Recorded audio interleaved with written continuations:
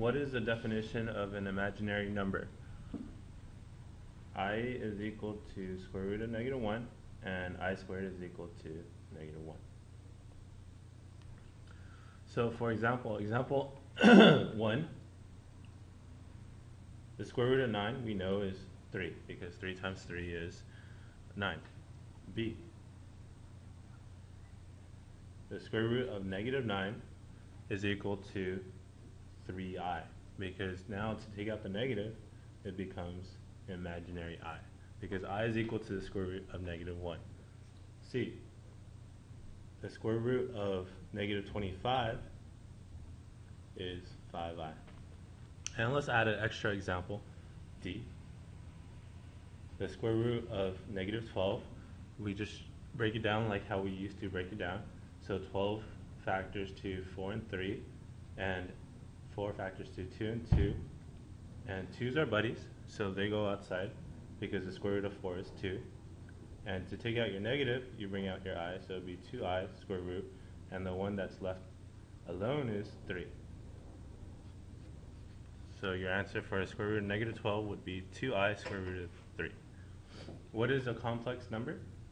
A complex number composes of a plus bi, and a and b are real numbers, so this is called your real part. And the one with the I, the bi, is called the imaginary part.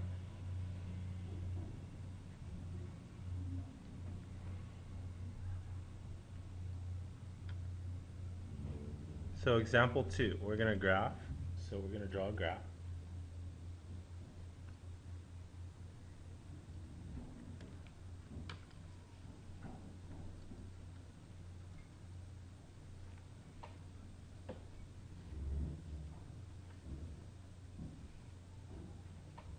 And instead of drawing x, y-axis, the x-axis is now the real number axis, and the y-axis is the imaginary number.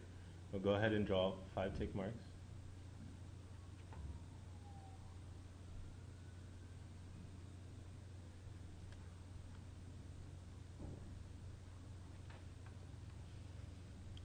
Now if you look at A, the real part is the positive 3.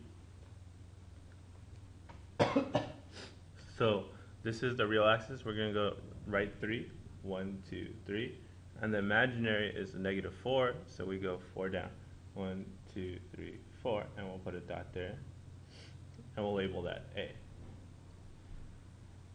3 minus 4i. Okay, now notice when we label complex numbers, we don't use parentheses. We just write it as a complex number. If you look at B, the real part is the negative 2. So I'm going to go left 2, because that's the real axis, 1, 2. And the imaginary is a negative 1, so I'll go down 1. And that's your graph for B, negative 2 minus I. And the last one, number C, there's no real, so I don't go left or right. And the imaginary is negative 5, so I'll go 5 down. 1, 2, 3, 4, 5. And that's C.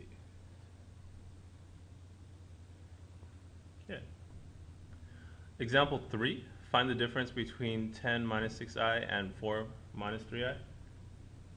So 3a, 10 minus 6i, and 4 minus 3i. Difference means subtraction. So right in the middle, we're just going to subtract. So I'm going to distribute the negative. So that would be negative 4 minus 3i. This is a 1, so I distribute the 1, 10 minus 6i. I just have to combine like terms.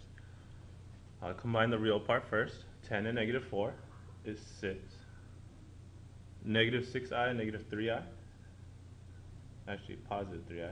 Negative 6i and positive 3i is negative 3i.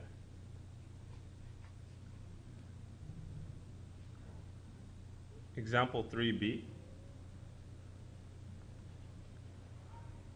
I'll read you the problem. Find the sum between 10 minus 6i and 4 minus 3i. Sum just means in the middle you put a plus. So that means I'm adding these two. So I'll distribute the positive, so plus 4 minus 3i. I'll distribute the 1, so 10 minus 6i. And then after I distribute, what do? I combine like terms. So combine the real parts, 10 and 4. That's 14. Negative 6i, negative 3i is negative 9i. 3c, find the product between 10 minus 6i and 4 minus 3i. So in the middle of these two, product means multiply, so I don't have to put anything between them. That just means FOIL it out. 10 times 4 is 40. 10 times negative 3i is negative 30i.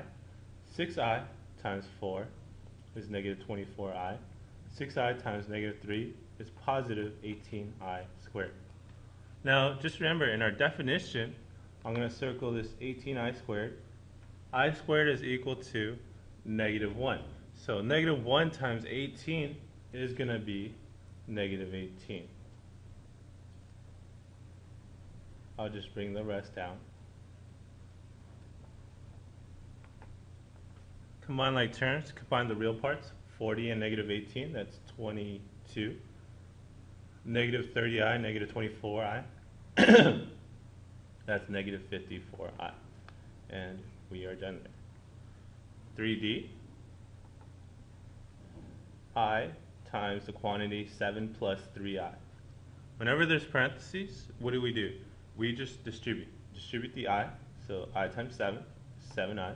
I times 3i is 3i squared.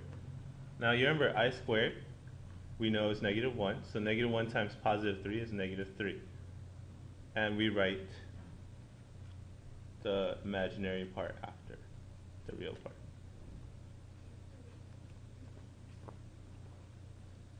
(3e)